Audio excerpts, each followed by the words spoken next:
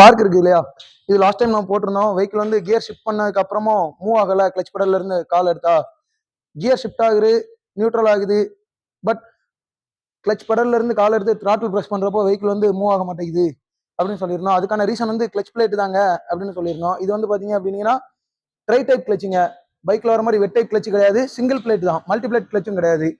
இது வந்து பாத்தீங்கன்னா வாங்க நம்ம ஏன் மூவ் ஆகல அப்படின்றத பாத்துடலாம். இங்க பாருங்க, ரிலீஸ் பேரிங்லாம் சீஸ் ஆயிருச்சுங்க. அதுக்கு முன்னாடி இந்த இருக்குது இல்லையா ரிலீஸ் பேரிங், இதை பார்த்தாலே தெரியும் சீஸ் ஆயிருச்சு. இங்க வந்து பாருங்க ப்ரெஷர் பிளேட்ல டயப்ராம்ல ஃபிங்கர் இருக்குதா, டயப்ராம் எல்லாமே பாருங்க சீஸ் ஆனதுக்கான சிம்டம்ஸ் இருக்கு. இப்போ கிளச்சை வந்து வெளியே எடுத்து பார்ப்போம்.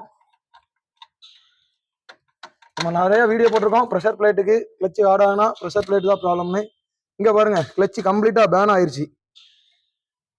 இது ஏன் அப்படின்னா இன்ஜின்ல வந்து அதிகமா டார்க் ஜென்ரேட் ஆகுறப்போ நம்ம கிளச் பெடல்ல கால் வச்சுக்கிட்டு த்ராட்டில் ப்ரெஸ் பண்ணோம் இல்லையா, அந்த மாதிரி டைம்ல தான். இப்போ செகண்ட் கியர் ஷிஃப்ட் பண்ணணும், ஆனா நம்ம ஷிஃப்ட் பண்ணாம ஃபோர்த் கியர்ல வெஹிக்கிள் வச்சுக்கிட்டு கிளச்சில் கால் வச்சு ஆக்சிலரேட்டர் கொடுப்போம் இல்லையா, அந்த மாதிரி டைம்ல தான் அதிகமான ஃப்ரிக்ஷனால இது வந்து பேன் ஆகுது.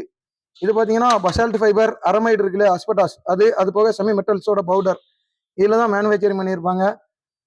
இந்த இருக்கு இல்லையா, இதாங்க அந்த பசால்ட் ஃபைபர், இந்த இருக்குல்ல இதுதான். இப்போ பேன் ஆகுனதுனால ஃப்ளைவீல் பாருங்க எந்த அளவுக்கு டிஃபெக்ட் ஆயிருக்கு அப்படின்னு. இந்த இடம் பாத்தீங்க அப்படின்னீங்கன்னா பாருங்க கிளச் பேன் ஆகுனதுக்கான அந்த சிம்டம்ஸ் இதுல தெரியுதா.